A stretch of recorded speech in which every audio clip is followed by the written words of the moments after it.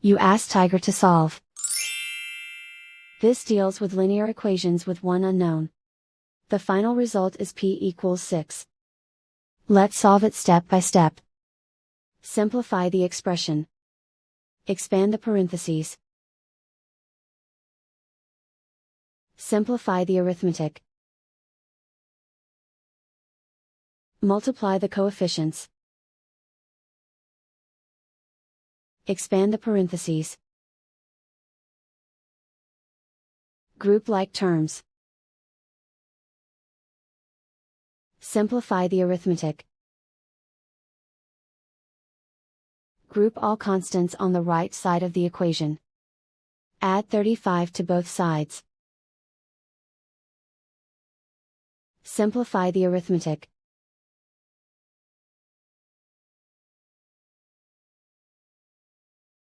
Isolate the p. Divide both sides by -14. Cancel out the negatives. Simplify the fraction. Cancel out the negatives. Find the greatest common factor of the numerator and denominator. Factor out and cancel the greatest common factor. And so the final result is p equals 6.